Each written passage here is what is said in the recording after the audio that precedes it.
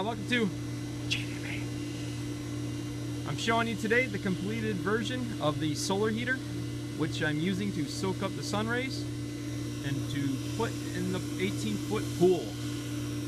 Right now my pool is about 80 degrees, which is a touch cold for me, but that's alright.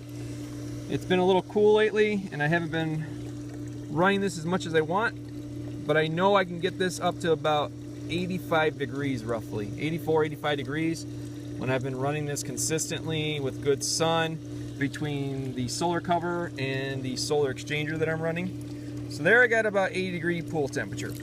I've had this running for approximately 15 minutes now, and I'm going to show you the temperature of this in just a second. When I first started this up, it was about 2:30 in the afternoon Central Standard Time, and I was getting 140 degrees out of this stream right here because of all the initial heat that was stored up in there from the sun baking it all day, and that lasted for quite a while. So I got up to 140 degrees. Well, the water's run through it for quite a while now, and I bet you it's a lot less, and it is about 90 degrees. So continuously running, once it gets through that initial heat surge, so to speak, we got about 90 degree water from this, and it's about 10 to 3, 2:50 p.m. Central Standard Time.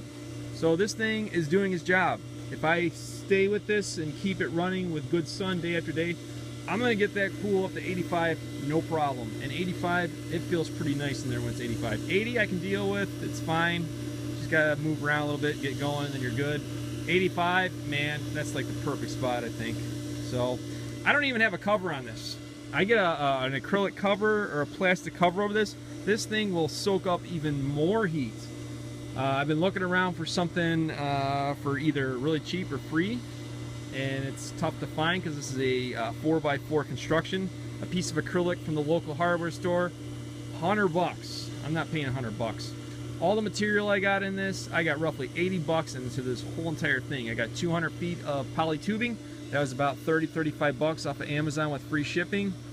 All these pipe supports that I used, I bought 200 of them. I used roughly 140-ish, and that was about 14 bucks from the local hardware store. Got about about 8 bucks in fittings to convert from this tube to this poly tubing. And then I've got the regular pump here, which I already had. I thought I was gonna have to run another pump, but I don't. I have a 1.5 horsepower pump. This is my discharge of the pool right here. I just do a slipstream right here, and it works, as you can see. So this is really working. I'm very happy with this. I like how it's turned out. The hardest part is putting the coil in. It's tedious work. You got to really work at it. As I got tighter and tighter, I had issues with kinks. You can almost see this one kind of kinking right here. I had to put a pipe support here to kind of push against it, and actually it's a little loose right now because probably from heat expansion over time it's moved. I need to reposition this further in to push to fight against that kink.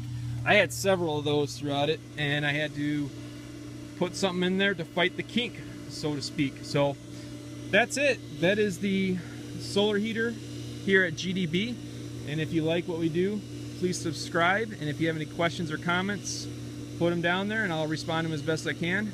And I hope this works out for you and helps you save some money instead of having to get natural gas or electricity to heat your pool, because it's working for me, and I like saving money and I like doing things on my own. So as we always do here, grow, do, and be.